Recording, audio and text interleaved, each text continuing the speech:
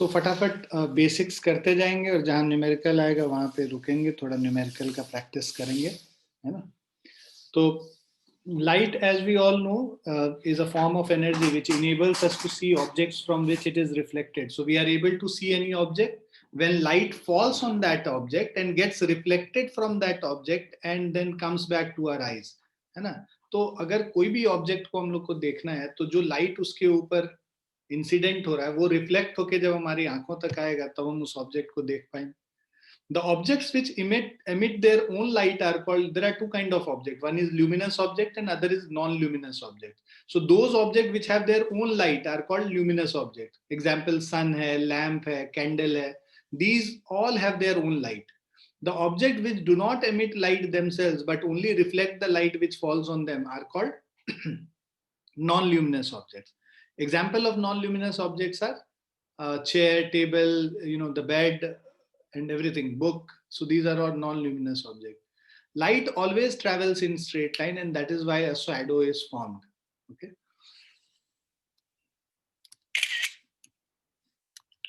Nature of light. Light has dual nature. It exhibits the properties of both waves and particles. There are certain properties of light which can only be characteristics of light which can only be explained when light is considered as a wave. And there are certain characteristics of light which can only be explained when light is considered as a particle.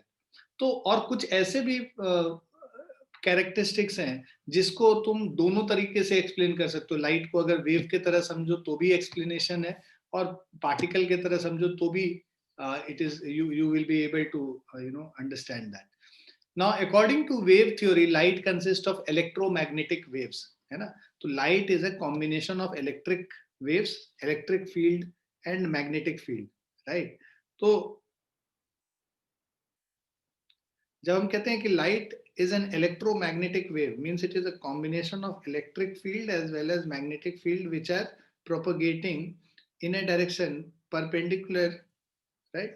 And their vibrations are perpendicular to each other, the directions.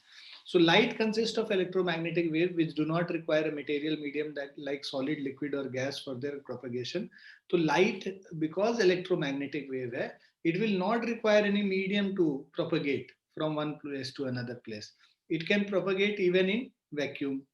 Now phenomena of diffraction, interference and polarization of light can only be explained if light is considered to be of wave nature. ये तीन properties, तीन characteristics हैं, basically तीन अलग-अलग phenomena है light का। diffraction हो गया और interference हो गया, polarization, ये सब 12th class में पढ़ना है, होता क्या है ये सब चीजें। ये सारे फिनोमिना तुम तभी एक्सप्लेन कर सकते हो, तभी एक्सप्लेन कर सकते हो अगर लाइट को वेव की तरह कंसीडर करो तो। पार्टिकल नेचर से तुम इनको नहीं एक्सप्लेन कर सकते हो। Similarly, according to particle theory, light is composed of particles which travel in a straight line at a very high speed. So reflection, refraction and casting of shadows can be explained only if light is thought to be made of particles.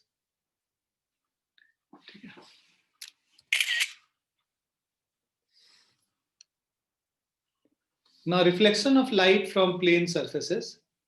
So पहला है जो reflection of light from plane surfaces, plane mirror के through जो reflection होता है उसके बारे में। So when light falls on the surface of an object, it may be absorb, transmitted और रिफ्लेक्टेड। कोई भी ऑब्जेक्ट पे अगर लाइट फॉल करेगा तो या तो वो एब्जॉर्ब कर लेगा उस सरफेस पे, मतलब वो सरफेस उस लाइट को एब्जॉर्ब कर लेगा, या फिर रिफ्लेक्ट कर देगा, या फिर अपने थ्रू पास करने देगा, मतलब ट्रांसमिट करने देगा। तो कोई भी जो सरफेस है is not a perfect reflector. 100% light is not reflected from it. 100% of light will not be absorbed, and also 100% of light will not be transmitted. तो अगर कोई जो है ना ट्रांसपेरेंट ऑब्जेक्ट है तो वहां पे some of the light will be absorbed, some will be reflected and some will be refracted. उसी तरह अगर ओपेक है तो उसमें there will be some of the light which will be absorbed and some will be reflected. Transmitted नहीं होगा इसमें OPEC है तो। Now if an object absorbs all the light which falls on it, है ना, then it will appear perfectly black. Black क्या होता है? जब ब्लैक, कोई भी चीज ब्लैक इसीलिए दिखता है क्योंकि वो कोई भी लाइट को रिफ्लेक्ट नहीं कर रहा होता है, इसीलिए वो ब्लैक दिखता है, राइट। और व्हाइट तब दिखता है जब सारे कलर के लाइट को वो रिफ्लेक्ट कर देता है। तो ऑल कलर्स कंबाइन, जो हम लोग विबग्योर जानते हैं कि वो सारे 7 कलर्स कंबाइन करके व्हाइट कलर देगा। तो अगर सारे कलर के लाइट को रिफ्लेक्ट कर देगा तो वो व्हाइट कलर का दिखेगा कोई भी ऑब्जेक्ट। और कोई भी ऑब्जेक्ट ब्लैक इसलिए दिखेगा कि वो कोई भी लाइट को रिफ्लेक्ट नहीं करता, सारे लाइट को एब्जॉर्ब कर लेगा। The process of sending back the light rays which fall on the surface of an object is called reflection of light. तो जिस मीडियम में लाइट इंसिडेंट हुआ है, लाइट जिस मीडियम से इंसिडेंट हुआ है उसी मीडियम में वापस अगर हम लाइट को भेज दें तो उसको हम लोग रिफ्लेक्शन ऑफ लाइट कहते हैं. So process of sending back the light rays which fall on the surface of an object is called reflection of light. If you have a doubt, you can always stop me, raise hand and ask your doubts. Now the objects having polished shining surfaces reflect more light than objects having unpolished dull surfaces. So जो shining surfaces होंगे वहां पे reflection ज्यादा होगा, जहां पे डल surfaces होंगी वहां रिफ्लेक्शन कम होगा. तो जो शाइनिंग सरफेस है वहां पे रेगुलर रिफ्लेक्शन होता है और जो डल सर्फेसेस है वहां इररेगुलर रिफ्लेक्शन होगा. रेगुलर रिफ्लेक्शन का मतलब जो पैरेलल लाइट रे आ रहा है रिफ्लेक्ट करके पैरेलल जा रहा है, जैसा कि आप लेफ्ट साइड में देख रहे हैं जहां स्मूथ सरफेस है, लाइट पैरेलली आ रहा है ब्लू कलर में और रेड कलर में रिफ्लेक्ट होके चला जा रहा है, मतलब रेड कलर का लाइट रिफ्लेक्टेड लाइट शो कर रहा है. और अगर रफ सरफेस होगा तो उसमें क्रेस्ट और ट्रफ होगा सरफेस पे, और वहां पे जब पैरेलल लाइट रे आएगा रिफ्लेक्ट करके वो पैरेलल नहीं जाएगा, it will go in different directions. So this is basically non, मतलब irregular reflections. Silver metal is one of the best reflector of light. Okay, तो इसीलिए जो हम लोग मिरर यहाँ पे घर वगैरह में यूज करते हैं तो जनरली सिल्वर फॉइल देखोगे पीछे लगा हुआ. So ordinary mirrors are made by depositing a thin layer of silver metal on one side of a plain glass sheet. The silver layer is then protected by a coat of red paint. The reflection of light in a plain mirror does not take place. So the silver layer is then protected by a coat of red paint. तो हम लोग क्या करते हैं, एक पूरा एक glass, transparent glass लेते हैं, थिन ग्लास, उसके पीछे हम लोग एक सिल्वर फॉइलिंग कर देते हैं, लगा देते हैं, और उसको इंटैक्ट रखने के लिए कि वो सिल्वर फॉइल अपने आप उतर ना जाए या कुछ ऐसे वेयर एंड टेयर से हट ना जाए, उसके लिए इसके पीछे हम लोग क्या करते हैं, एक रस्ट कलर का पेंट हम लोग कर देते हैं, कोट ऑफ रेड पेंट होता है, और वो पेंट क्या करता है उस सिल्वर फॉइल को इंटैक्ट रखता है वहां पे, है ना. So reflection of light in a plane mirror takes place at the silver surface in it. A ray of light is the straight line along which light travels. तो ray of light क्या हो गया, straight line जिसमें light जिसके along travel करता है. The ray of light which falls on the mirror surface is called the incident ray. अब ये जैसे ये जो फिगर आपको दिख रहा है ये हमारा इंसिडेंट रे हो गया, ये पॉइंट ऑफ इंसिडेंस हो गया, ये हमारा रिफ्लेक्टेड रे हो गया, और ये जो एंगल बना रहा है नॉर्मल से इंसिडेंट रे वो एंगल ऑफ इंसिडेंस है, जो एंगल बना रहा है रिफ्लेक्टेड रे नॉर्मल से ये एंगल ऑफ रिफ्लेक्शन है. Angle of incidence is equal to angle of reflection, right. So ये हमारा बेसिकली लॉ ऑफ रिफ्लेक्शन है. ठीक है. हाँ प्रणव बोलो, क्या पूछ रहे हो. सर हमें व्हाइट तब दिखता है मतलब जब वो बहुत ज्यादा लाइट रिफ्लेक्ट कर देता, ब्लैक तब अगर लाइट रिफ्लेक्ट नहीं कर रहा, ब्लैक तो कोई भी चीज ऑब्जेक्ट. ब्लैक तब हाँ. जब वो किसी कलर के लाइट को रिफ्लेक्ट नहीं करता है. There are 7 colours in light, है ना. और व्हाइट तब दिखेगा जब वो सारे कलर्स के लाइट को बराबर रिफ्लेक्ट करेगा, तब वो व्हाइट दिखेगा. अब जैसे मतलब कोई भी कलर, हम लोग को रेड क्यों दिखता है, कोई चीज रेड इसलिए दिखता है क्योंकि बाकी कलर वो एब्जॉर्ब कर रहा है, बस रेड कलर के लाइट को वो रिफ्लेक्ट कर रहा है. तो हमारी आंखों पे रेड कलर आ रहा है तो हमें लग रहा है कि वो रेड कलर का. तो वो ऑब्जेक्ट का प्रॉपर्टी होता है रिफ्लेक्टिंग का, हाँ जिससे हम ऑब्जेक्ट तो, उसका कलर तो ऑब्जेक्ट का ही प्रॉपर्टी है ना बेटा. हाँ. ऑब्जेक्ट का अच्छा, प्रॉपर्टी है कि वो कौन से कलर के लाइट को रिफ्लेक्ट कर रहा है जिससे उसका कलर वो दिख रहा है. Okay sir. अब ये देखिए, ये वही चीज को रिप्रेजेंट कर रहा है। ये इंसिडेंट रे हो गया, रिफ्लेक्टेड रे हो गया, नॉर्मल बना दिया हमने परपेंडिकुलर करके, और नॉर्मल से जो इंसिडेंट रे एंगल बना रहा है उसको एंगल ऑफ इंसिडेंस कहते हैं, और नॉर्मल से जो रिफ्लेक्टेड रे एंगल बना रहा है उसको एंगल ऑफ रिफ्लेक्शन कहते हैं। ठीक है।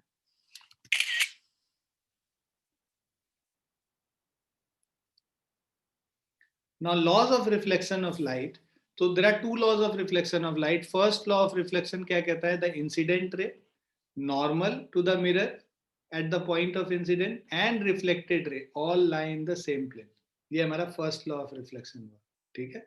क्या हो गया first law of reflection? कि भाई जो incident ray normal at the point of incident और reflected ray all these lie in the same plane. Second law of reflection. So the angle of incidence is equal to the angle of reflection. ठीक है. Angle I is equal to R. So angle of incidence is equal to angle of reflection. The laws of reflection are applicable to all types of reflecting surfaces, plane mirrors as well as spherical mirrors. तो जो हमारा law of reflection है, this is applicable to all types of reflecting surfaces. है ना. ये जो मतलब ऐसा नहीं कि ये बस प्लेन मिरर के लिए वैलिड है, ये स्फेरिकल मिरर्स में भी वैलिड होगा कि भाई इंसिडेंट रे, नॉर्मल और रिफ्लेक्टेड रे ये सब एक ही प्लेन में लाई कर रहा है, और angle of incidence is equal to angle of reflection. ये दोनों जो लॉज ऑफ रिफ्लेक्शन है, this is applicable for all type of reflecting surfaces. It may be a concave mirror, it may be a convex mirror, it may be a plane mirror. A ray of light which is incident normally on a mirror is reflected back along the same path. मतलब कि अगर ये हमारा mirror है, normally एक light रे आया, यहाँ पे इंसिडेंट हुआ, तो वो इसी डायरेक्शन में वापस रिफ्लेक्ट कर जाएगा, तो it will reflect back in the same path. Now objects and images. Objects क्या होते हैं?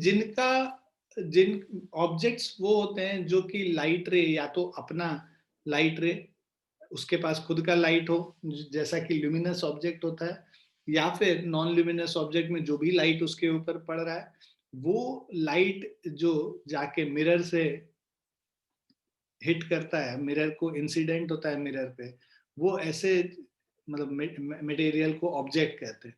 So anything which gives out light rays, either its own or reflected by it, is called an object. ठीक है. तो object will give light rays, give out light rays either of its own or one which is falling on it.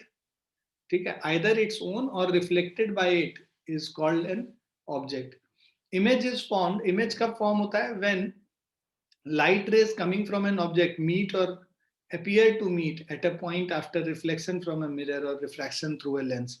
तो image is formed जब light ray coming from an object meets at a point or appears to meet at a point after reflection. ठीक है. After reflection from a mirror or refraction through a lens. Now there are two types of image. One is real image and other is virtual image. Real image वो image है जहां पे कि light ray actually meet कर रहा है reflection या refraction के बाद, और दूसरा रियल इमेज को हम लोग स्क्रीन पे देख सकते हैं. स्क्रीन पे देख सकते हैं means actually light rays meet कर रही है, तभी आप उसको स्क्रीन पे देख पाएंगे. So real image is formed when light rays coming from an object actually meet at a point after reflection from a mirror or refraction through a lens. And the image which can be obtained on a screen is called the real image. For example, image formed on a cinema screen is an example of real image. Virtual image is formed when light rays coming from an object do not actually meet, but only appear to meet at a point when produced backward after reflection from a mirror or refraction through a lens. The image which cannot be obtained on a screen is called a virtual image. Okay? So that image which cannot be obtained on a screen is called a virtual image. A plane mirror always forms a virtual image. Similarly, a convex mirror also forms only a virtual image. तो convex mirror और plane mirror हमेशा virtual image बनाएगा। Concave mirror में जो distant objects होते हैं वो सब मतलब जो फोकस के बियॉन्ड होता है वो सब वर्चुअल इमेज, सॉरी वो सब रियल इमेज बनाता है, और जो फोकस और पोल के बीच में ऑब्जेक्ट होता है वो जो है वर्चुअल इमेज बनाएगा। हाँ प्रणव, पूछो क्या पूछ रहा हूँ। सर जो ल्यूमिनस ऑब्जेक्ट होता है उसमें से जो लाइट एमिट होगा वही रे हमें दिखेगा, उसमें तो रिफ्लेक्टेड रे दिखेगा नहीं। हाँ नहीं, तो उसमें से जो लाइट रे आएगा वो हाँ, वही हमें दिखता है। तो वो कैंडल में वो एकदम बत्ती के ऊपर ब्लू से वो येलो से ऑरेंज क्यों दिखता है फिर? तो वो तो गैसेस के ऊपर है ना, जो गैस बर्न कर रहा है। तुम लोग पढ़े होगे, केमिस्ट्री में था कि अलग अलग कंबसन, बेसिकली 100, जब पूरी तरह से जो कंबसन ऑक्सीजन का सप्लाई ज्यादा होता है तो वो ब्लू कलर का दिखता है, और ऐसे ऑक्सीजन सप्लाई जहाँ कम होता है यस सर, तो सर ब्लू, ऑरेंज, रेड ऐसे करके लेयर्स होते हैं ऐसे करके actually। अलग अलग लेयर्स होता है ना। जो ब्लू वाला लेयर था वो सबसे हॉट लेयर होता है, और जो येलो वाला है वो उतना हॉट नहीं होता है, हीट नहीं प्रोवाइड करता है उतना। तो वो तो केमिकल प्रॉपर्टी हो गई बेसिकली उसकी, जिसकी वजह से ऐसा दिखता एयर से भी वो कलर डिफाइन होता है, वो लाइट का वेवलेंथ। है।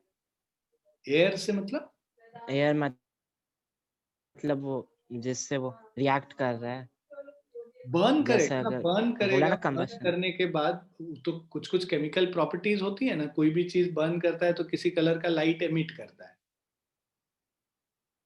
नहीं? Okay sir. तो उससे वो कलर आता है। जैसे तुम ल्यूमिनस ऑब्जेक्ट बोल रहे हो ना, ल्यूमिनस ऑब्जेक्ट का अपना कलर होता है।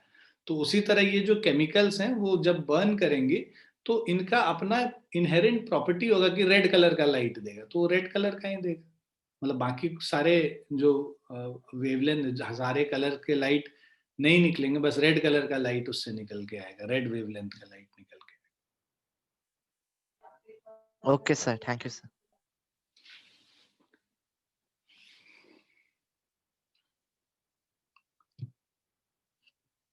How many of you are planning to take that 25th वाला एग्जाम, जो एंट्रेंस टेस्ट है, स्कॉलरशिप टेस्ट? सर किसका? जो आईआईटी जेई नीट का जो स्कॉलरशिप टेस्ट है कक्षा का, तुम लोग में से कौन कौन दे, तुम लोग को मिला है पर ना? वो फाउंडेशन के लिए नहीं है क्या? फाउंडेशन के लिए भी है और 11th 12th के लिए भी। फाउंडेशन तो अब करने लायक तुम रहे नहीं, तुम तो 10th में पहुंच गए, अब तो 11th में जाओगे ना। Yes sir. So that is a written exam which you have to take to get a scholarship which will be almost 50%, मतलब अगर अच्छे मार्क्स आए तुम्हारे। तो जो बच्चे आईआईटी का प्रिपरेशन करना चाहते हैं या नीट का प्रिपरेशन करना चाहते हैं, उन उन सभी के लिए ये अपॉर्चुनिटी है। 25 दिसंबर को एक एग्जाम है ना, स्कॉलरशिप टेस्ट है, basically admission cum scholarship test. So you will be writing this test, and depending on your marks, you will be offered scholarship for next year. मतलब 11 सर फ्री ऑफ कॉस्ट है हमारे लिए? जो test है वो free ही है। 60 rupees का registration है, 60 रुपीज तो फ्री ही माना जाता है आज के डेट में। Yes sir. सर तो मतलब ये बस आईआईटी और जेई मतलब पीसीएम और लाइक साइंस स्ट्रीम के लिए ना? हाँ बेटा, 11th 12th में जो स्कॉलरशिप टेस्ट है वो पीसीएम और पीसीबी वाले इसके लिए ही है, ठीक है। तो समय बाकी दे नहीं सकता। बाकी जो कॉमर्स वाले बच्चे हैं या जो भी अलग स्ट्रीम के या ह्यूमैनिटीज लेना चाहते हैं उनके लिए तो अलग। कितने बच्चे अपने आप को सोच रहे हैं कि हम साइंस स्ट्रीम लेंगे? कितने बच्चे साइंस स्ट्रीम में? सर मैं ले रहा हूँ। पुलकित, प्रणव, सर मैं भी। अक्षत। Yes sir. सर मैंने भर दिया फॉर्म, कल देना था। सर मैं भी। अच्छा अच्छा, किसने किसने भरा है? वेदांश ने भरा है? सर मैंने फॉर्म नहीं भरा सर, मैं साइंस स्ट्रीम के लिए। तुम फॉर्म फिल कर लेना, ये वेबसाइट पे हमारा फॉर्म है, ठीक है। कौन सी वेबसाइट से, मुझे पता ही नहीं वेबसाइट के बारे में। अरे हमारा वेबसाइट तुम नहीं जानते? कक्षा.co.in। www.co.in। अच्छा अच्छा ठीक है सर, मैं चेक कर लूंगा आफ्टर ट्यूशन। हाँ, आई शो यू, एक सेकेंड। वो अच्छा है, तुम लोग उसको दे सकते हो।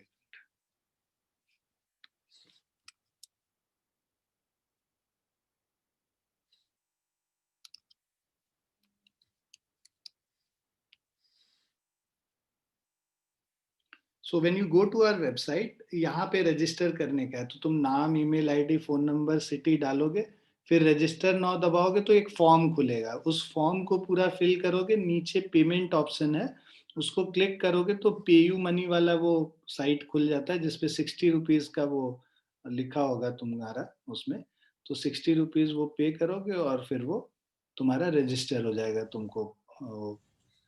हाँ बेटा, सर इस वेबसाइट पे एक चीज आ रही है ऑनलाइन टेस्ट, सर इसमें हमारे टेस्ट होंगे? ये जो ऑनलाइन टेस्ट है, ये Yes. ऑनलाइन टेस्ट वही जो तुम पहले दे चुके हो ना, एक बार टेस्ट तुम लोग दिए हो कि नहीं? कौन नहीं सर, साइंस में सर आपने हमने कक्षा टेस्ट प्रेस पे दिया हुआ है टेस्ट एक बार। टेस्ट प्रेस पे दिया है ना? अच्छा, साइंस के बच्चे ये कह रहे साइंस नहीं में दिए। दिया है, सर मैथ्स में दिया है शायद। अच्छा अच्छा, तो हमारा एक ये टेस्ट प्रेस करके एक ये है वेबसाइट है, बेसिकली हमारा प्लेटफॉर्म है जिसमें टेस्ट होता है। तो if you go here, you know, जो भी एडमिशन टेस्ट वगैरह होंगे,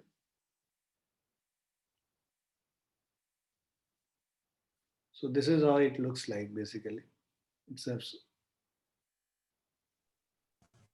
सर हमारा भी टेस्ट होगा साइंस वालों का? हाँ, ये बेसिकली एमसीक्यू बेस्ड है, और एक बार हम लोगों ने कोशिश करा था इसमें रिटर्न वाला वो लेने का, मतलब था पॉसिबिलिटी, बट बहुत बच्चे क्या है कि मोबाइल पे लेते हैं टेस्ट, तो उनके लिए बड़ा डिफिकल्ट हो जा रहा था कि वो कैसे क्या लिखेंगे और कैसे फोटो खींच के कैसे अपलोड करेंगे, तो they were not able to do it. तो इस वजह से फिर आगे हम लोगों ने इस पे 10th क्लास वालों का कंडक्ट किया नहीं। कॉम्पिटिटिव एग्जाम जहाँ पे एमसीक्यू बेस्ड क्वेश्चंस हैं वहाँ पे हम लोग कर लेते हैं, बट बाकी जगहों पे फिर हम लोग नहीं कर पाए इसको।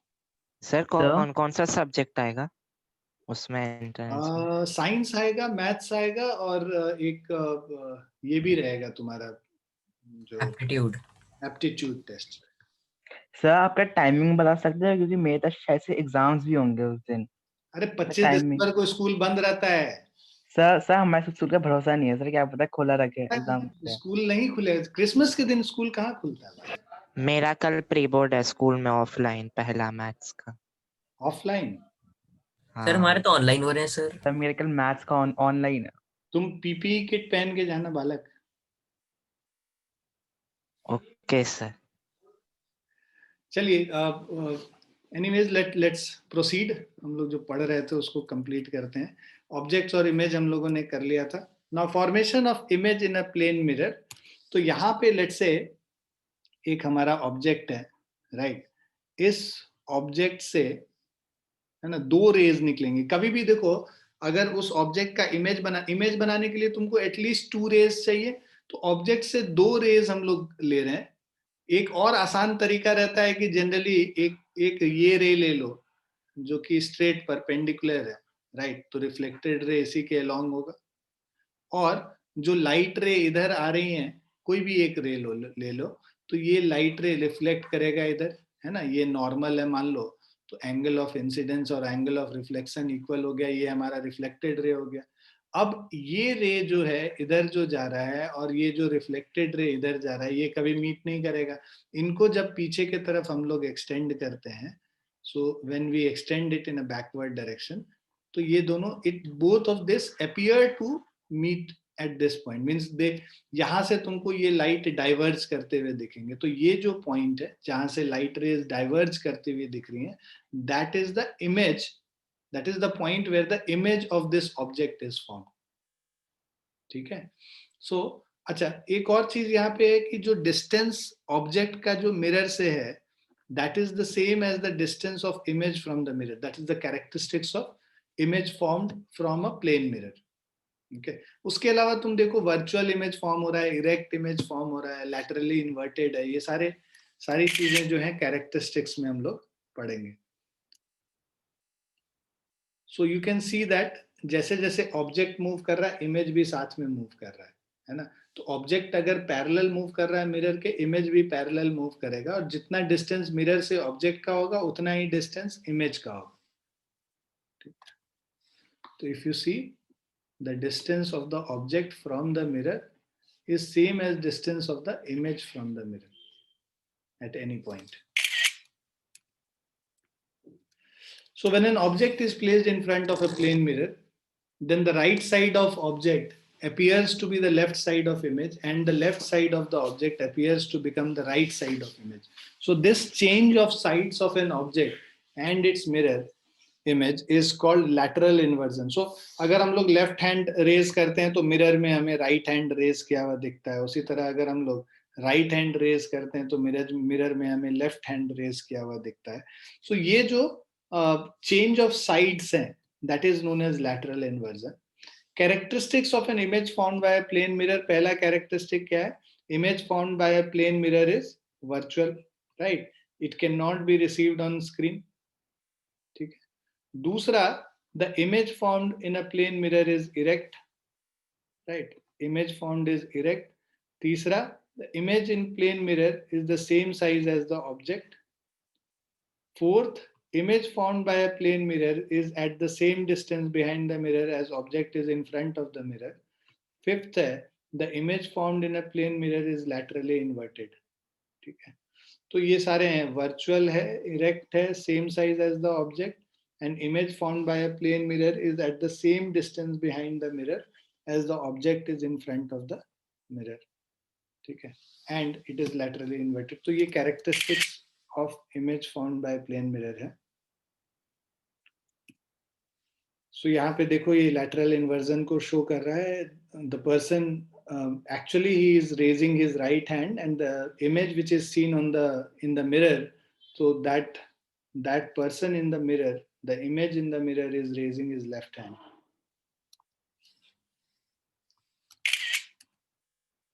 Now uses of plane mirror. So the first use of plane mirror is that it is used in our dressing table and bathroom. Looking mirror के तरह हम लोग use करते हैं dressing table और bathroom दोनों में. It is fixed on the inside walls of certain shops to make them look bigger. तो बेसिकली शॉप्स जो छोटे होते हैं वो अपने वॉल्स पे मिरर लगा के रखते हैं जिससे कि इल्यूजन होके ये जो शॉप है बड़ा है.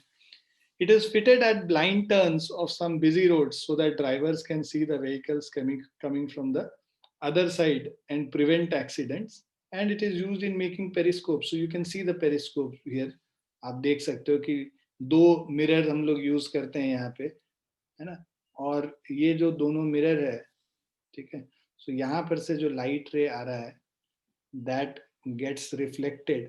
तो ये हमारा नॉर्मल हो गया इस मिरर का. एक मिरर यहाँ पे है 45 डिग्री पे ये होता है, और यहाँ पर से लाइट रे रिफ्लेक्ट किया, इधर आया, और यहाँ पे फिर से यहाँ पे फर्दर ये ऐसे रिफ्लेक्ट करेगा और ये लाइट रे ऐसे निकल के जाएगा. ठीक है. ये भी angle of incidence angle of reflection के बराबर, यहाँ भी एंगल ऑफ इंसिडेंस जो है एंगल ऑफ रिफ्लेक्शन के बराबर. ठीक है. This is how periscope works. और ब्लाइंड टर्न वाला भी ऐसे ही है. जब इधर से जो व्हीकल आ रहा है और जो इधर से व्हीकल आ रहा है ये एक दूसरे को नहीं देखेंगे, बट अगर यहाँ पे मिरर लगा होगा तो इधर से जो व्हीकल आ रहा है वो इस व्हीकल को यहाँ पे मिरर में देख पाएगा, and then can make necessary adjustment when they are crossing this turn.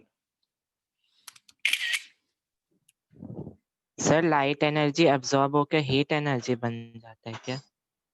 कहाँ पे? या कुछ और हो जाता है? अगर कोई लाइट एनर्जी रिफ्लेक्ट हो, यहाँ नहीं, यहाँ इससे नहीं, मतलब वो रिफ्लेक्ट हुआ, थोड़ा एब्सॉर्ब हो गया, तो वो क्या बन जाएगा? कौन सा फॉर्म ऑफ एनर्जी बन जाएगा? कुछ एब्जॉर्ब होगा तो अलग अलग फॉर्म. लाइट तो खुद भी एक फॉर्म ऑफ एनर्जी है. जब एब्जॉर्ब हो गया तो तुम उसको मैकेनिकल एनर्जी में भी कन्वर्ट कर सकते हो.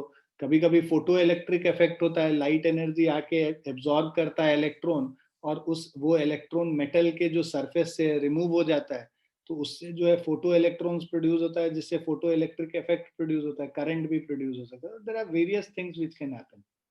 ओके. अच्छा, ओके सर. जो मेटल्स में जो वैलेंस इलेक्ट्रॉन है, वो वैलेंस इलेक्ट्रॉन कभी कभी वो लाइट के फोटोन को एब्जॉर्ब करता है, और एब्जॉर्ब करके अपने अंदर उसके इतना एनर्जी आ जाता है कि वो सरफेस को के बाहर चला जाता है. मतलब बेसिकली वैलेंस सेल से बाहर निकल जाता है. बाहर निकल गया तो अब वो फ्री इलेक्ट्रॉन हो गया. अब वो फ्री इलेक्ट्रॉन इधर उधर मूव भी कर सकता है. मूव करेगा तो करंट फ्लो करेगा, राइट? तो फोटो इलेक्ट्रिक करंट इसको कहते हैं. ये जो लाइट के फोटोन के गिरने से जो इलेक्ट्रिक इलेक्ट्रॉन का मूवमेंट हुआ, उसको फोटो इलेक्ट्रिक इफेक्ट कहते हैं। There can be many things which can happen sir, heat के फॉर्म में भी हो सकता है, बहुत सारी चीज, बट बहुत बहुत स्मॉल पोर्शन होता है, और वो तुम हीट वगैरह ऐसे टच करके फील नहीं कर पाओगे उसको। अच्छा, ओके सर। अब ये प्लेन मिरर के बाद reflection of light from curved surfaces, that is spherical mirrors. तो स्फेरिकल मिरर्स में एक ये जो मिरर्स होते हैं, these are parts of a sphere. तो एक पूरे स्फीयर में से अगर एक पार्ट को कट करके हम लोग रिमूव कर लें, तो हम लोग को कुछ इस तरीके का, ठीक है, एक पार्ट हमने रिमूव कर लिया, तो ये जो पार्ट निकल के आया, दिस पार्ट, स्फीयर का एक part, this is basically a spherical mirror. तो वो पार्ट है ना जो कि बेंट है अंदर के तरफ, ये कनकेव सरफेस हो गया और ये कन्वेक्स सरफेस हो गया। तो अगर हम लोगों ने बाहर वाला बल्जिंग आउट सरफेस को हम लोगों ने यहाँ पे इस पे सिल्वरिंग कर रखी है, तो जो अंदर वाला जो सरफेस होगा, this is basically the reflecting surface, तो इसको कनकेव मिरर बोलते हैं। और यही अगर हम लोगों ने बाहर वाले पोर्शन को, अंदर वाले पोर्शन को हम लोगों ने सिल्वरिंग कर रखा है, और ये आउटर सरफेस जो है ये रिफ्लेक्टिंग सरफेस है, जो बल्जिंग आउट वाला, तो इसको हम लोग कन्वेक्स मिरर कहते हैं। So a spherical mirror is that mirror whose reflecting surface is a part of a hollow sphere of glass. Spherical mirror are of two types, concave mirror and convex mirror. Concave mirror is that mirror in which reflection of light takes place at the concave surface or bent in surface. So यहाँ reflection कहाँ हो रहा है, ये concave surface पे हो रहा है, और इसमें reflection कहाँ हो रहा है, convex surface में हो रहा है, जो कि bulging out surface। सर तो वो जो हुआ है उसमें मैक्सिमम 50% स्कॉलरशिप मिलेगी, वो जो 20%। हाँ, मैक्सिमम 50% स्कॉलरशिप मिलेगी, ठीक है। That is more than any other institute. Basically, these big SARCs, what they do is they have different fee criterias. Basically, उन्होंने क्या कर रखा है, अपने फीस को 4 स्लैब में बांट रखा है कि भाई एकेडमिक फी जो है वो 20% रखा उन्होंने, हाँ, ट्यूशन और फी पे ट्यूशन फी 20, फिर उसमें फिर उन्होंने एनुअल चार्जेस लगा दिया, और बहुत सारा चार्जेस अलग अलग, बुक चार्जेस, ये चार्जेस, एग्जामिनेशन चार्जेस, और फिर ये बोलते हैं कि हमने 100% स्कॉलरशिप दे दिया। तो 100% किसका, इसका जो ट्यूशन फी है, जो एकेडमिक फी है। यस सर, ट्यूशन फी भी मिलता है। तो अगर उनका फीस 1 लाख है, तो तुमको फाइनली जो है 20,000 का ही ये मिला, बेनिफिट मिला। हमारे यहाँ वो सब चीज नहीं है, हमारे यहाँ जो फीस है उसका 50% स्कॉलरशिप हम लोग प्रोवाइड करते हैं। प्लस एक चॉकलेट। चॉकलेट तो ऐसे ही तुम्हारे लिए, तुम उसके लिए तुमको एग्जाम देने का क्या जरूरत है, आ जाना, मैं चॉकलेट ऐसे ही दे दूंगा। एनीवेज, सो प्रिपेयर वेल बच्चों। वो 10th क्लास का सिलेबस हम लोग पूछेंगे उसमें, तो एक तो तुम्हारे लिए 10th क्लास का भी एक ये हो गया, कोई ऐसा चीज नहीं बचा। अच्छा, दूसरा ये, तुम जब ये जो भी फिटजी या वीएमसी या आकाश का एग्जाम देते हो, उसमें जो क्वेश्चन पूछते हैं ना, वो सब इररेलेवेंट क्वेश्चन होते हैं। बेसिकली इररेलेवेंट एज इन कि तुम 10th क्लास में 11th क्लास का क्वेश्चन तो नहीं बना सकते हो ना। तो अगर मैंने तुम्हें पेपर में दे दिया तो तुम बोलो ओ बहुत डिफिकल्ट क्वेश्चन, बट उस डिफिकल्ट क्वेश्चन का फायदा क्या हुआ, there is no use basically. So our questions which we are going to frame will be something, will not be exactly CBSE standard, but हाँ थोड़ा स्टैंडर्ड बेटर होगा, difficult questions होंगे, but होगा 10th class के ही syllabus से, कुछ भी बाहर से नहीं होगा। सर जो रिड्यूसर्स का मतलब कंप्लीट सिलेबस का रिड्यूस तो नहीं होगा ऑब्वियसली। रिड्यूस सिलेबस का ही पूछेंगे, चलो तुम्हारे लिए। नहीं सर, ऐसा कुछ नहीं। नहीं, मतलब इन जनरल मैं बोल रहा हूँ, you will not have to study anything separately for that exam. So if you are prepared for your board exams in a proper way, so you will definitely get good marks there. Sir उसमें क्या जो syllabus cut हुआ है उसके भी questions आएंगे? अभी तो बोला रेड्यूस सिलेबस से नहीं दूंगा मैं, मतलब रेड्यूस जो सिलेबस हट गया है उससे मैं नहीं दूंगा। Okay sir. अभी पेपर मैंने बनाया नहीं है, तो but I will keep it in mind. Good that you have raised this point. Sir ये तो प्रणव के ऑफलाइन हो रहे हैं पेपर, प्री बोर्ड के। जो किसके, प्रणव के? हाँ, ये तो कह रहा ऑफलाइन हो रहा है। हाँ डीपीएस में। डीपीएस हाँ। ये गौतम बुद्ध नगर वाला जो है। हाँ सर, डीपीएस गौतम बुद्ध नगर में हो रहे हैं ऑफलाइन। सेक्टर ऐसे 132 कैसे कह वाला। रहे हैं? सर उनके तो फर्स्ट को भी एग्जाम था शायद आज। Yes sir. मैं 12th में नहीं हूँ, मैं 10th में हूँ। मैं कल है। 10th वालों का कल से होगा, पता नहीं। ये तो बड़ा डेंजरस है। पीपीई किट पहन के जाना बालक। हाँ सर। हाँ, हेड गियर, पीपीई किट, सब चीज पहन के जाना। सर हैजमेट सूट पहन के जाना पड़ेगा। हाँ, हैजमेट सूट ये क्या होता है? सर पीपी किट की तरह ही होता है, हल्का फुल्का, बस सर उससे और अपग्रेडेड वर्जन होता है। अच्छा अच्छा। सर जैसे वो सर टॉक्सिक सर गैसेस में न्यूक्लियर जैसे वेस्ट जाते और हैं इस लोग। सब को डील करने के लिए यूज होता है। ओह 3 घंटे में तो ऑक्सीजन ही नहीं मिलेगा फिर अंदर, ऐसे ही कोई नहीं, आदमी। सिलेंडर, सिलेंडर भी साथ में ऑक्सीजन लेके सिलेंडर। जाना। सिलेंडर साथ में लेके जाना अपने बैग में। मेरे को नहीं जाना, छोड़ो।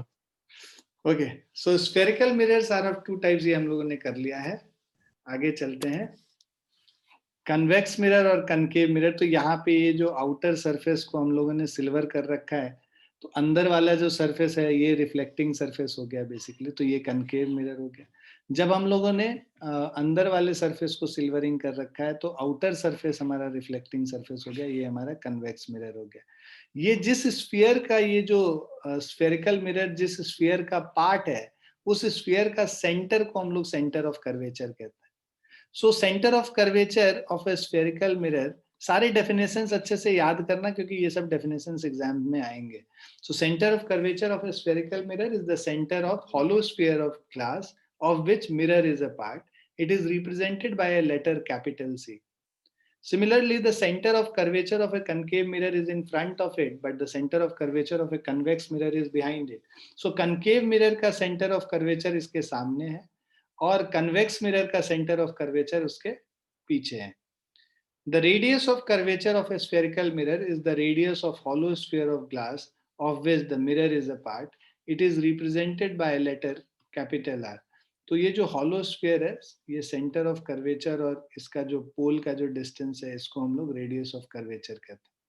So radius of curvature of a spherical mirror is the radius of the hollow sphere of glass of which mirror is a part. It is represented by letter capital R.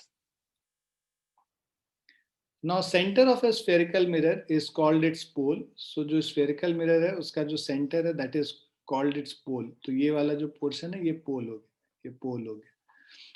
The straight line passing through the center of curvature and pole of a spherical mirror is called principal axis. तो pole से center of curvature को join करने वाला जो line है ये principal axis है. Principal axis is normal or perpendicular to the mirror at its pole. Pole के पास ये perpendicular मतलब basically normal है. The portion of mirror from which reflection. Okay. So portion of mirror from which reflection of light actually takes place is called the aperture of mirror. तो ये वाला जो portion है यहाँ से यहाँ जो area होगा उस area को हम लोग aperture of mirror कहते हैं. Aperture of mirror represents the size of the mirror, right? So अगर हम लोग ये spherical mirror की बात करें तो ये जो पूरा जो surface होगा जहाँ पर से reflection हो रहा है उस पूरे surface को हम लोग aperture of mirror कहते हैं. ठीक है, तो aperture of mirror is basically the size of the mirror. जितना ज्यादा एपर्चर होगा मतलब उतने ज्यादा एरिया से लाइट रिफ्लेक्ट कर रहा होगा और इसीलिए वो साइज ऑफ द मिरर को डिफाइन कर रहा होगा. सर कितने आवर्स का पेपर होगा, मतलब लाइक कितना duration time? Duration would be 1.5 hours to 2 hours. अभी we have not finalised exactly but it will वो बी. जेई के लिए ना, जेई नीट जेई के लिए और नीट के लिए दोनों, मतलब मेडिकल और इंजीनियरिंग दोनों के लिए है. जैसे अगर आउट ऑफ इंडिया वालों के लिए सर कोई है सैट वैट का? सैट के लिए तो देयर इज मतलब the fees is only very less, so there is no scholarship exam. If you want to prepare for SAT we have a separate course for that. तो वो CBSE plus हम लोग set preparation अलग से करते हैं, वो अलग से एक बैच होता है, उसका कोई एंट्रेंस एग्जाम नहीं है. सर आपके साथ है? हाँ हाँ, हमारे यहाँ 2 बच्चों का भी इस साल जो स्कोर था, एक 1540 था, एक का 1520 था 1600 में. ठीक है, सो सर तो ये हाँ सर मतलब वो तो स्टार्ट, अच्छा सॉरी क्वेश्चन मतलब Yes. लोग कहते हैं कि अगर आपको लाइक बाहर जाना है तो आप आईबी में शिफ्ट हो जाते हो तो आपको काफी ज्यादा बेनिफिट्स मिलते हैं। लाइक हाँ ऐसे करें या फिर ये नहीं तो हम लोग करें? उस दिन कोई भी जरूरत डिस्कस कर रहे थे जब हम लोग when we were having that career career counselling, हाँ सर। तो we लेकिन सर वो discussed काफी it. क्रिप्टिक आंसर था सर। तो चलो हम मतलब तुमको एकदम स्ट्रेट फॉरवर्ड आंसर देते हैं। स्ट्रेट फॉरवर्ड आंसर ये है कि बाहर जाने में ऐसा कोई हेल्प नहीं मिलता है ना। सर जितना आईबी में ज्यादा से ज्यादा क्या ही हो जाएगा, आपको थोड़ी हल्की सी ज्यादा अपॉर्चुनिटी तुम्हारा मिल बहुत जाएगी। सारा चीज है उसमें। जस्ट ये समझो कि आईबी में जो तुम्हारा परसेंटेज है ना वो 75% बहुत अच्छा माना जाता है, जो तुम्हारा स्कोर आता है, ठीक है। और सीबीएसई में तुम्हारा score it goes up to 95 to 98%। So definitely sir IB में तो 11th और 12th ग्रेड में उनके 6 सब्जेक्ट्स या फिर 7 सब्जेक्ट्स होते हैं। हाँ 2-3 माइनर्स होते हैं और 2 मेजर है इसमें। and that too these are not scoring papers in IB. I'll tell you, मतलब जो बच्चे हैं जो और जो पेपर आता है वो भी बहुत काफी डिफिकल्ट पेपर आता है, इजी पेपर सर नहीं आता है। तो इसमें जो A+ है, ए है, ये सब जो मिलता है ना, ये 90% से ऊपर वाले को A+ मिलता है और कुछ ऐसा है। तो वो सब जो है ना वो बहुत कम लोगों को मिलता है। रेयर केसेस में A* मिलता है basically, and then you have A and so on. So but CBSE में स्कोर करना is much easier. And then the main league, अगर मान लो तुम आईबी करते हो और इवेंचुअली कुछ ऐसा टर्न अप नहीं करता है, कुछ ऐसे वर्ल्ड में ऐसा हो जाता है 2 साल के बाद कि तुमको यूएस नहीं जाना है ना, तो फिर इंडिया में आईबी को रिकॉग्नाइज करने वाले कॉलेजेस बहुत कम हैं जो आईबी के स्कोर को रिकॉग्नाइज करेंगे बेसिकली, जो कि इस डिफरेंस को रिकॉग्नाइज करेंगे। तुम डीयू में तो फिर एलिजिबल ही नहीं हुए ना 75% के साथ, समझ रहे हो बालक। यस सर, लेकिन मैं तो ये बस इसके इसके अलावा भी ऐसा है सर कि मतलब मेरे को ये पूछना है कि सर मेरी स्कूल जो है वो मेरे को अपने चॉइस के सब्जेक्ट नहीं दे रही, क्योंकि मेरे को जो चाहिए वो लाइक कॉमर्स और ह्यूमैनिटीज़ का मिक्सचर है। तो सर और मेरे को आईबीज में वो सब्जेक्ट मिल रहे हैं। तो तो स्कूल सर अगर चेंज कर दो, सब्जेक्ट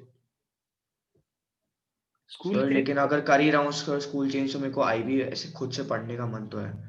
सर आईबी में आई रिमेम्बर कि जब मेरा वहाँ पे they had counselled me because my mother is an IB teacher, तो दे आई वांटेड टू गो।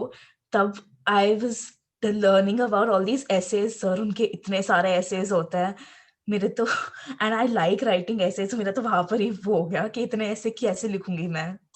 तो आई सी वही जस्ट तुमको अभी ना दूर के ढोल सुहावन लगे वाला चीज है। मतलब तुम्हें लग रहा है कि grass is greener on the other side, you are feeling very good about it, when you go there it is very mismanaged and people. Sir अगर आईबी चले भी जाओगे तो ऐसे कंफर्म नहीं होता कि लाइक आपको फॉरेन यूनिवर्सिटी मिल ही जाएगी, मतलब नहीं नहीं, वो कंफर्म तो अलग कहीं नहीं चीज है। होता। Just when you go outside, मतलब when you go for IB, वहां पे क्या प्रॉब्लम होता है कि जो टीचर्स हैं they are not specifically trained for IB board teaching.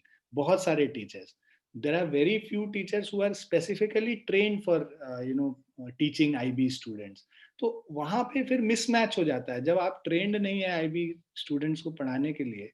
जैसे कि मैं फिजिक्स की ही बात करूं, मतलब मैं तो अपने सब्जेक्ट की ही बात कर सकता हूं। मैंने जो देखा है फिजिक्स और मैथ्स का सिलेबस, तो और पढ़ाया भी है, तो वहां पे क्या है कि बहुत एप्लीकेशन बेस्ड क्वेश्चंस होता है। क्वेश्चन ऐसे नहीं होता है कि तुमको ये दे रखा है कि भाई v का वैल्यू दे रखा है, u का वैल्यू दे रखा है और f का वैल्यू तुमको निकालना है। वो कुछ कहानी लिखी रहती है पहले तो इतनी बड़ी सी, है ना। उस पैराग्राफ में तुमको पहले पढ़ के समझना पड़ेगा कि ये रियल लाइफ सिनेरियो से क्या बात कर रहे हैं। उसमें से तुमको यू एफ और ये सब निकालना पड़ेगा ढूंढ ढूंढ के कि क्या बोल रहा है कहाँ पर से। मतलब स्ट्रेट अवे यू नहीं बोला होगा कि ऑब्जेक्ट डिस्टेंस ये है, वो तुमको उस पूरे पैराग्राफ को पढ़ के निकालना पड़ेगा। तो वहां पे क्या है ना कि एप्लीकेशन बेस्ड, और वैसा क्वेश्चन तुमको और कहीं मिलेगा नहीं प्रैक्टिस करने के लिए। तो जब प्रैक्टिस नहीं करोगे एग्जाम में, अचानक से वैसा क्वेश्चन आएगा, how will you perform. And that's there for all the subjects, I am not talking about only. And there are no books which are prescribed in IB जो कि पूरी चीज को अच्छे से कवर करे। जो बुक्स होते हैं वो इतने हल्के दिखेंगे, तुमको लगेगा अरे इसमें तो कुछ नहीं है, बट जो एग्जाम पेपर आता है that is completely different than what is being written in the books. So this there is a gap there, okay, that gap is filled outside India, it is possible, क्योंकि देखो ये बाहर के boards के लिए बना है, वहां पे पढ़ाई अलग तरीके से होती है, एप्लीकेशन बेस्ड पढ़ाई होती है, ज्यादा लैब में लोग समय बिताते हैं, ज्यादा डिस्कशंस में लोग समय बिताते हैं, तो उस डिस्कशन से बहुत सारी चीजें निकल के आती हैं, and then you have that you know basically intellect to write answers to after such kind of discussions. यहाँ पे इंडिया में कुछ चीज नहीं होती है ना, हमारा जो पढ़ने का शैली है वो that is very different from IB. So just because कि करना है के लिए कर लिए तो फिर बाद में फिर पछताओगे, फिर you will not have chance to come back. Anyways, sir ये I am not discouraging you, go ahead, if you are 100% sure करना है तो फिर पूछना ही क्या है, फिर तो करो फिर, राइट। बट आईबी कर ही रहे हो तो then change the school. I don't think कि Mayur is very well equipped to. नहीं सर, मयूर में आईबी है ही नहीं, मैंने वो पूछ लिया है सर। बस नोएडा में तो जहाँ तक मेरे को पता है बस जेनेसिस में, पाथवेज में और शिवनाथर में एक नया आया है शायद से। नहीं, स्टेप बाय स्टेप में करो, they are good at it. अच्छा okay sir. Sir step by step का एक और भी है ना शायद से, आईजीसीएसई भी है शायद से। तुम आईजीसीएससी जो है ना, वही चीज आईबी का जो 10th क्लास तक का जो होता है उसको आईजीसीएससी कहते हैं, उसी को 11th 12th में आईबी कहते हैं, ठीक है। और उसके अलावा एक कैम्ब्रिज बोर्ड है जो कि यस सर। वो पता नहीं इंडिया में, मतलब यहाँ पे एनसीआर में कौन सा स्कूल कराता सर है। बस एक स्कूल में है वो, द ब्रिटिश स्कूल दिल्ली। हाँ, तो वो जो कैम्ब्रिज वाला है उसका तो सिलेबस और भी भयंकर है, मतलब that's you know completely different. I was teaching one of the student from Cambridge वाला है। सर 1540 और 1520 तो लाइक बहुत अच्छा स्कोर है ना, सो Yeah, it's very good score. They have got 100. Both of these students have got 100% scholarship in their respective colleges. So which colleges did they हाँ भाई, like कौन apply to और कौन से में गए? मैं तुम्हें नंबर दे दूंगा उन दोनों बच्चों को, या मिलवा दूंगा तुम लोग से एक दिन, किसी दिन तुम लोग अपने अपने क्वेरीज उनसे पूछ लेना। Okay sir. 1520 अनुष्का को आया था। अनुष्का अभी 12th class, she has already cleared 12th class. And 1540 एक सिद्धांत करके बच्चा है, अभी 12th में है, ये अभी करंट 12th में है, ठीक है। Anushka has already passed out, she got 1520 आपको कुछ आइडिया है कौन सा कॉलेज? नहीं यार, मुझे नहीं आइडिया है, मैंने ज्यादा बात नहीं करी उसके बाद। लेकिन टॉप 25 में तो मिल ही गया होगा। But they have got 100% funding, मतलब 100% scholarship, both these students. There is one more student who has got 100% funding. Sir आपकी एक और स्टूडेंट थी जिसके 1580 आए थे, कोई ईशान बता रहा था एक बार, वो इसके मैथ्स में तो 800 आ गए थे ना। हाँ, वो 2 साल पहले का स्कोर था। उसके मैथ्स तो ये दोनों बच्चों का मैथ्स में 800 out of 800। Maths is easy ना, maths is easy to do. Yes sir, मैंने भी सुना है सैट मैथ्स इजी होता है। हाँ, सैट का इंग्लिश इज थोड़ा सा difficult, but maths is very easy.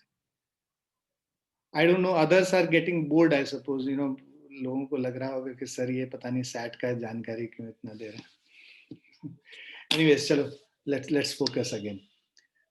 So aperture of mirror हम लोगों ने कर लिया। बाकी तुम लोग को कोई भी ये ऐसे क्वेश्चंस करने हैं, you can always connect to me after 8 o'clock and we can discuss there.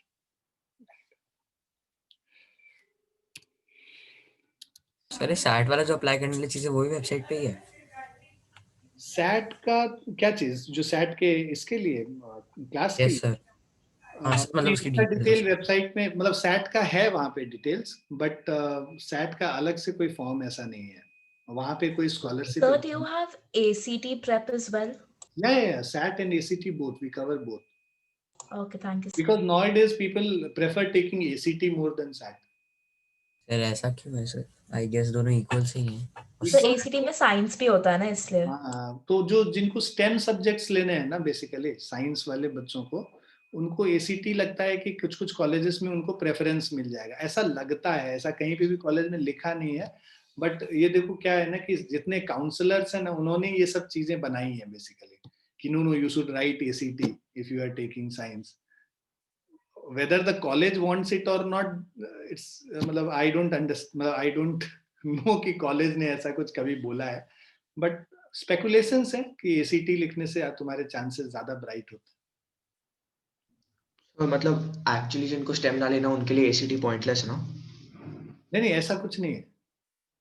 Science के सब्जेक्ट्स होते हैं, ठीक है, मतलब देखो कॉम्बिनेशन में तुमको कोई साइंस का सब्जेक्ट लेना है, अगर तुम आगे कॉम्बिनेशंस जो ले रहे हो तो तुमको एसीटी लिखना चाहिए फिर। अच्छा, ओके सर। और जैसे ये जो कॉलेजेस यूरोप में जितने कॉलेजेस है ना, वो सैट से ज्यादा एसीटी वहाँ पे ज्यादा ये रहता है। तो खासकर यूरोपियन कॉलेजेस में, मतलब जो लंदन के कॉलेजेस हैं तो या वहाँ पे तो टोफल नहीं लेना होता?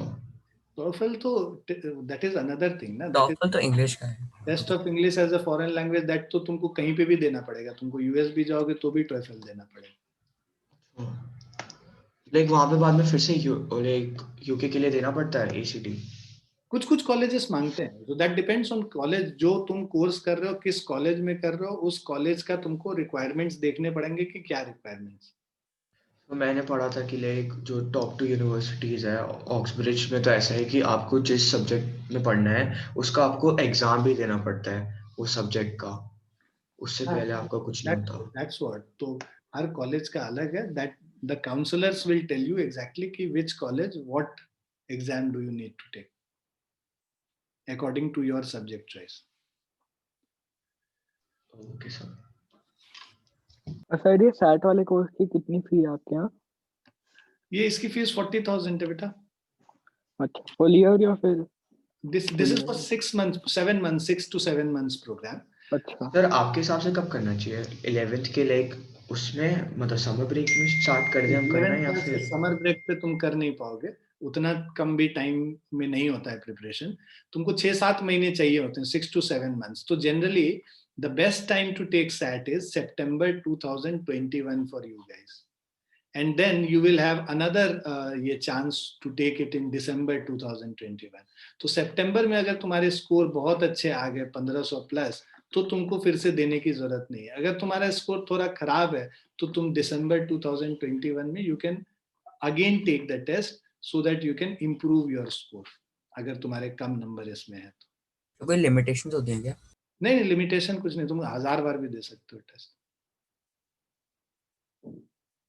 बट देन वो क्रेडिबिलिटी तुम्हारी कम होती जाएगी। यस सर, हाँ। तो कॉलेज देखेगा कि तुम 10 बार में वो टेस्ट में वो नंबर लाए हो, तो तुम्हारा क्रेडिबिलिटी उतना नहीं रहेगा। सर बाद में अगर हम कक्षा में 60 पढ़ते तो बाद में 60 सब्जेक्ट्स के लिए भी आप पढ़ा देते हो? 60 subject test? SAT subject test के लिए जो है हम लोग अगले साल पढ़ाएंगे, है ना। अभी तक तो मैं ही पढ़ा रहा था, बट मेरे पास उतना टाइम नहीं होगा। There would be teachers, specific teachers जो कि वो क्लासेस लेंगे उसका, मतलब जो ट्रेंड है इसी के लिए basically.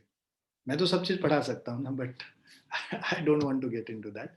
You will have train teachers for that, don't worry. Okay sir. Anyways, we have completely burnt out our time in discussing these things. We can keep on discussing these things, but please connect to me separately, because there are students who would not like discussing these things because उनका अभी ये नहीं है interest area. ठीक है।